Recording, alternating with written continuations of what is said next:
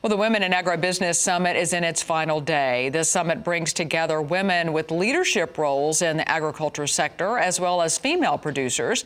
I caught up with a row crop farmer from Michigan who was part of the female producer panel.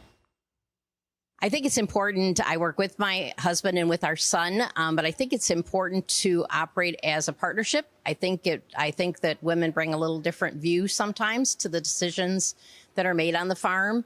And even though I also have worked off farm during several years of our marriage, I like to be involved in what's going on. I think it's important to be an advocate for the industry that you're working in.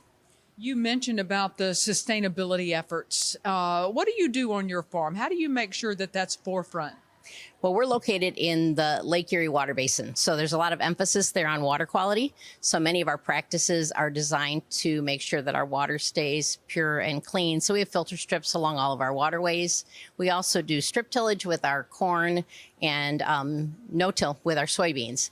We use 100% cover crops, and we really rely a lot on precision agriculture. So we use the data from both our soil tests as well as the data putting a prescription into our planter, and just being careful that what we're applying is used by the plant and doesn't get lost into areas where we don't want to see it go. Best practices right there. You're part of the female producer panel. What are you going to share with the ladies here this week?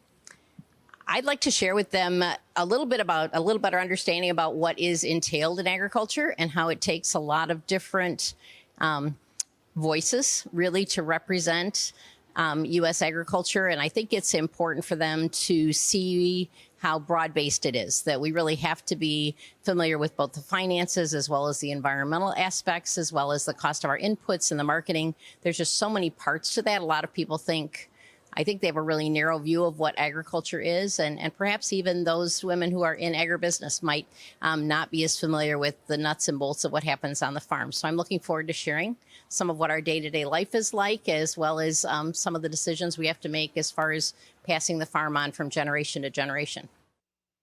Now, according to USDA, 36% of U.S. farms are run by females, the largest percentage of those being beef cattle operations.